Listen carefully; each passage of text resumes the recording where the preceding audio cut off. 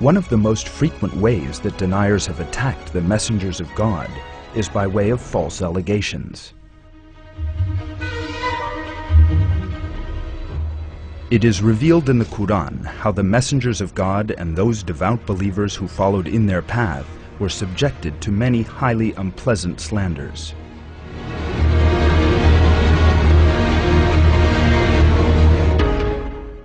Slander is a technique that deniers seek to spread immorality and corruption have employed for thousands of years against devout, honest, and moral people, and that they hand on from one to another. By spreading slanders, the people in question seek, in their own eyes, to wear believers down and turn them away from what they know to be the true path.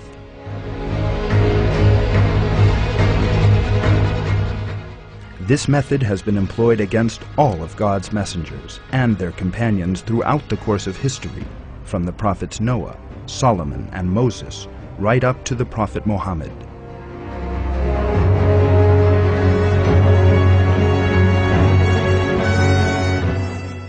However, it is a very important and certain fact that no slander has ever achieved its aims or prevented the messengers from discharging their divine responsibilities.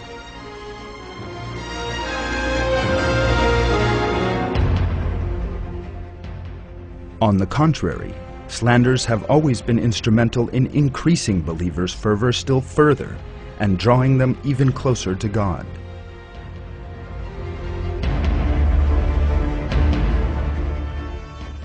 The messengers always faced the slanders uttered against them with exemplary patience and fortitude, and never submitted to the pressure from the deniers. They continued to live by the moral values commanded by God, and to call people to the true path.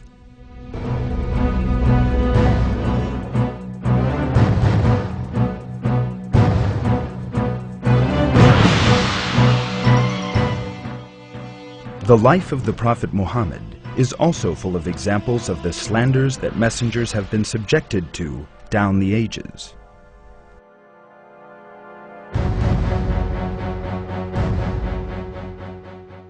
Idolaters attempted to pressurize our prophet and, in their eyes, distract him from his divine struggle by both slandering him directly and uttering false imputations against his blessed family.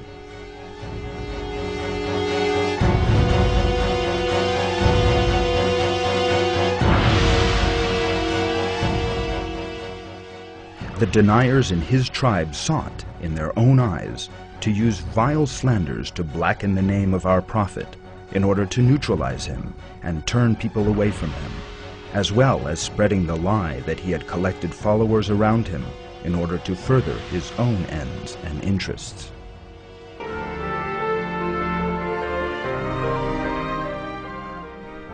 The messenger of God is above and unfettered by all these slanders uttered by the deniers. The fact is, like all other prophets and true Muslims, the Prophet Muhammad sought no worldly gain or advantage.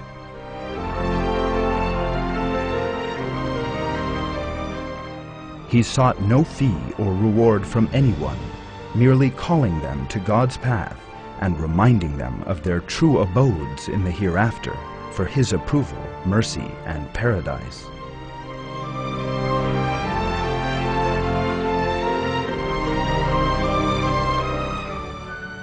God reveals in His verses that in contrast to these unjust and inaccurate slanders made by the deniers, our prophet sought no fee or reward from anyone.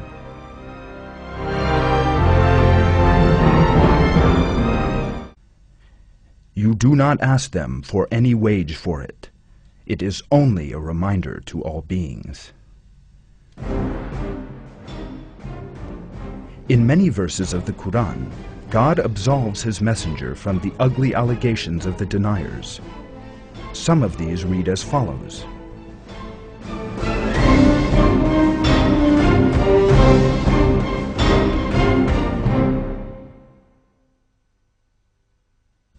Your companion is not misguided or misled, nor does he speak from whim. It is nothing but revelation revealed.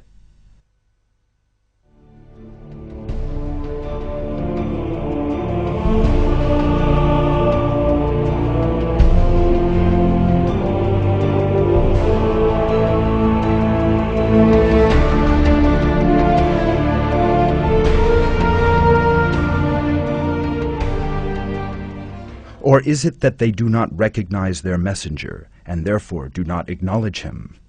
Or do they say, "He is a man possessed," when he has brought the truth to them? But most of them hate the truth. Equally, no messenger came to those before them without their saying, "A magician or a madman." Did they bequeath this to each other? Indeed, they are an unbridled people.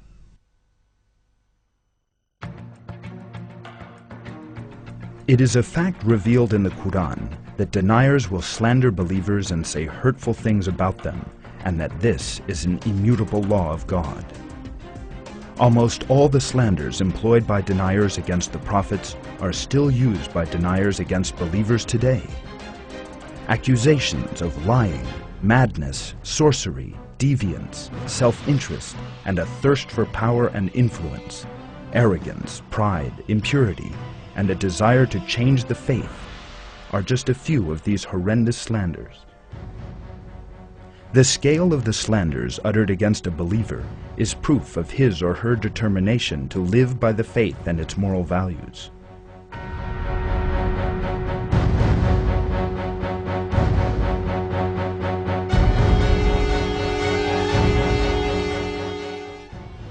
Under such circumstances, Muslims must be on their guard and scrupulously avoid forming any negative opinions regarding their Muslim brothers, or doing them any injustice by listening to such false allegations. They must behave in such a way as to defeat the deniers by making it clear they do not believe in their slanders and attach no credence to them.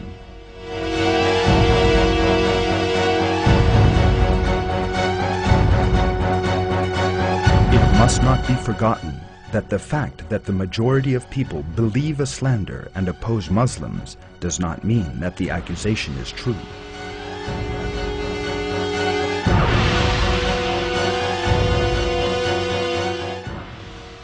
God has revealed in one verse that following the majority may lead one astray.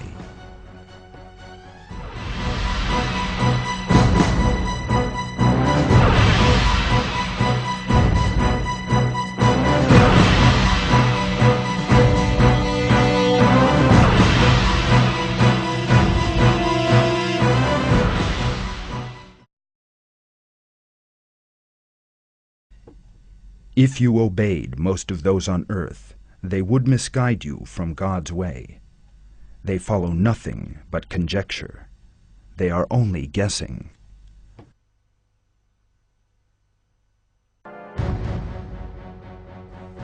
Moreover, it is also revealed in the Quran how one must behave if accusations against Muslims are leveled by people who rebel against God.